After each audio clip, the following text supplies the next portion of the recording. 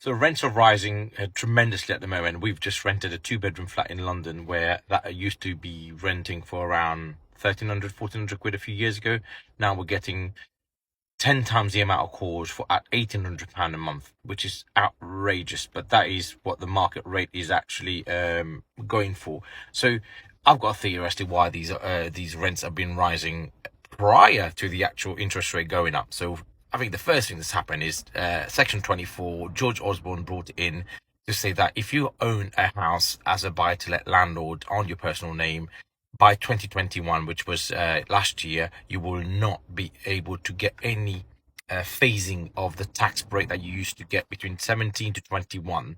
You were phasing the amount that you can offset against your tax every year, and it was coming down by 25% every year. So it started at 2017, 18, 19, and then we got to 2021 where you could basically write off nothing against your tax for the interest only part of the mortgage. That caused a heck of a lot of hassle for private landlords.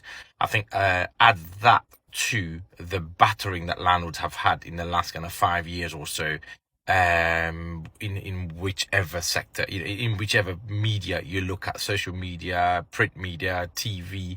I think loads of people have just had enough.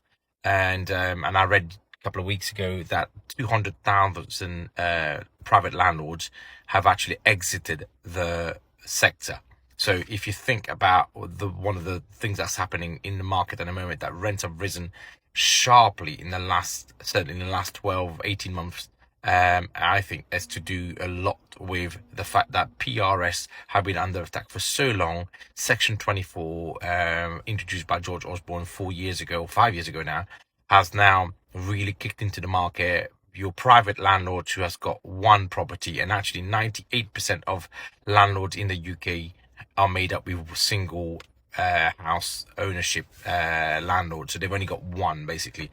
So if you have 200,000 people or homes being taken out of the private rental sector, you get supply reduction, but the demand has either stayed the same. I know Brexit's happened, so loads of people have left, but you've got net migration probably equal, because other people from the Commonwealth are coming to fill in all these jobs that we have, that we don't have people to work. So you've got supply down, demand either same or increasing, and my guess is increasing.